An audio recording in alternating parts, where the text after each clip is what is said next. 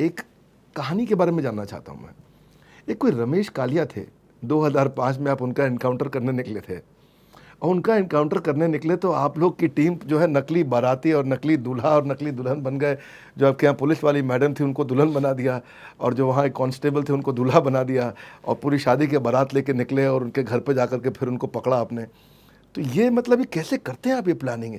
ये एनकाउंटर की ऐसी प्लानिंग, ऐसी स्ट्रैटेजी, अभी आपसे देख रहे हैं तो लगता है यार इतना सुंदर, इतना अच्छा, इतना अद्भुत इंसान, इतना प्यारा ईमानदार इंसान, और फिर उसकी प्लानिंग को देखते हैं तो समझते हैं यार बड़ा डायनामिक पर्सनालिटी है।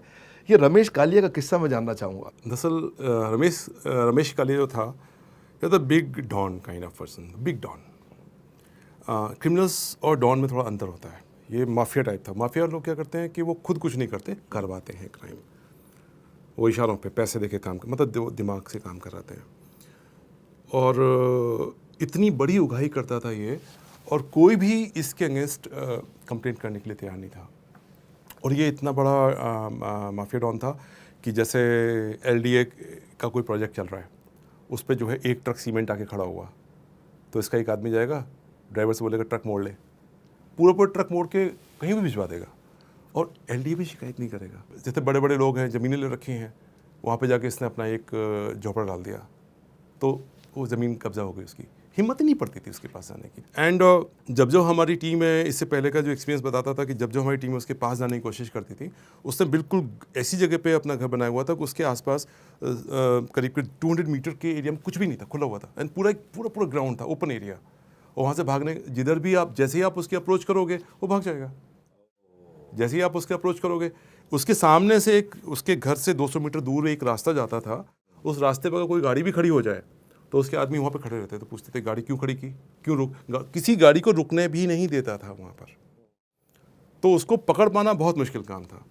तो ये बात मैं आज रिवील कर रहा हूँ कि लोग कहते हैं पुलिस कुछ करती नहीं है।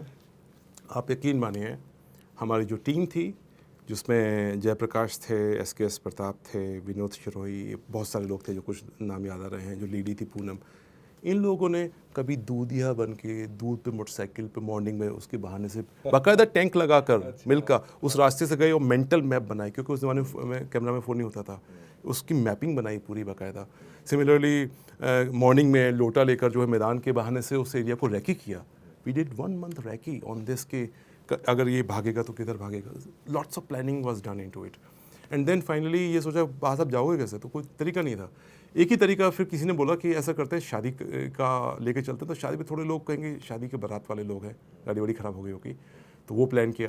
तो फिर उसमें हमने कहा ऐसा ना करें कि हम लोग पुलिस वाले जो गलती करते हैं कि कहीं जाते हैं और शूज़ अपने रेड कलर के पहन के पहुंच जाते हैं, तुरंत पहचान में आ जाते हैं पुलिस वाले। तो मैंने कहा बेवकूफ़ी नहीं करनी है, it's a very important operation, तो बड़ी मेटिकुलस प्लानिंग करेंगे। तो प्लानिंग बहुत मेटिकुलस करते थे, बारीकी से, कि कोई जैसे PhD आप करते हैं, कोई गलती छूटनी नहीं चाहिए, it should be end to end मिलना चाहिए इस सारी चीज़ें में। तो उसमें जो हमारी लेडी कांस्टेबल थी, मुझे याद आ रहा है उसका नाम पूनम था, उसको हमने कहा, बड़ी झिझकते हुए कहा कि ये रोल तुम्हें करना है तो वो भी तैयार हुई, बड़ी डेयरिंग लेडी थी, वो तैयार हो गई। तो उसके बाद फिर एक उनको दुल्हन बनाया गया। हाँ, उनको प्रॉपर बाकायदा मेहंदी वेदी लगा के दुल्हन बनाया गया, ताकि सब पूरा जो हाथ में कुछ कड़ा बड़ा होता है, पूरा प्रॉपर पंडित को बुला के हमने पूरा गेटअप तैयार किया उनका, ताकि कहीं किसी को डाउट ना हो। वो जो पेपर होते हैं ना, राहुल वेट्स फला करके जो होता है, वो भी गाड़ी पे चिपकाए गए थे। वो पुरानी सी गाड़ी ली थी, जिससे कि मारुति टाइप गाड़ी थी, जिससे लगे कि गाँव की शादी है। तो इस तरीके से वहाँ पर हम लोग पहुँचे थे। तो गाड़ी वहाँ पहुँचा के खड़े हो गए। हाँ, गाड़ी वहाँ पहुँचा के थोड़ा सा उसमें से धुआं निकाल दिया गाड़ी में से, तो वो लोग आ गए तुरंत कि ये धुआं कैसे निकल रहा है। तो पता सब गाड़ी खराब गर्म हो गई होगी, सब हाथ जोड़ के। और ड्राइवर भी हमने बिल्कुल मरा हुआ सा रखा था, जिससे डाउट ना हो उनको। सब 2 मिनट दो, हम अभी संभाल लेते हैं। और पीछे जो था वो टेम्पो था, वो एक जो मिनी बस टाइप होती, उसमें हमारे सब लोग बैठे हुए थे। And there was one person जिससे वो उगाही मांग रहा था, तो उसने हमें हेल्प किया था कि उगाही वो मांग रहा है मेरे से, और मैं पैसे देना चाहूँगा, लेकिन मैं उतना नहीं है जितना मांग रहा था। 10 लाख मांग रहा था, उसने कहा मैं 1 लाख उसे दूंगा। रमेश कालिया। तो वो पैसे देने, हमें कैसे पता चलेगा वो अंदर है या नहीं है। सो उसने बातचीत करके सेट किया था मैं पैसे देने आ रहा हूँ। तो जब वो पैसे देने अंदर गया हुआ था, उसी वक्त हमारी गाड़ी वहाँ पर पहुँची हुई थी, और उसकी जेब में हमने एक फ़ोन, क्योंकि तब छोटे छोटे फ़ोन आते थे नोकिया के, तो वो फ़ोन डाल दिया था, जिससे कि जो भी कम्युनिकेशन अंदर हो रहा है वो हमारी टीम सुनती रहे। And we wanted to nab him, पकड़ना था। Original idea was to nab him only, क्योंकि उसको पकड़ना ज़रूरी था, क्योंकि दिन का ऑपरेशन, चारों ओर सब लोग देख रहे हैं, we can't open fire like this. तो criminal can do that, we can't do that, we are responsible person, हमारी जिम्मेदारी है। तो उसमें हुआ ये कि उससे जो बातचीत हो रही थी हमारे बंदे सुन रहे थे। तो पहले उसने खूब गाली गलौज दी, और 1 लाख रुपए चूँकि इतना कम अमाउंट था, उस पर उसने बहुत ज़्यादा गाली गलौज दी और कहा कि मैं देते हुए कुछ बोलते हुए यही तुझे मार दूंगा, तेरा दिमाग खराब कुछ भी, और दर्द से फायर मार दिया। हमारी टीम ने सुना फायर एंड दे थॉट कि हमारे बंदे को गोली मार दी। That was the panic situation, अब क्या करें। तो वो तुरंत जो है, गुलदस्ते होते हैं ना बड़े बड़े फूल, उनके AK-47 के ऊपर गुलदस्ते सजाए हुए थे टीम ने। Then they charge on them. जब हमारी टीम ने चार्ज किया तो चूंकि डिस्टेंस 100-200 मीटर था, they saw it somebody is charging, then there was open fire in broad daylight and this firing continued for around good 10 minutes. काफ़ी firing हुई and उस फायरिंग में जो है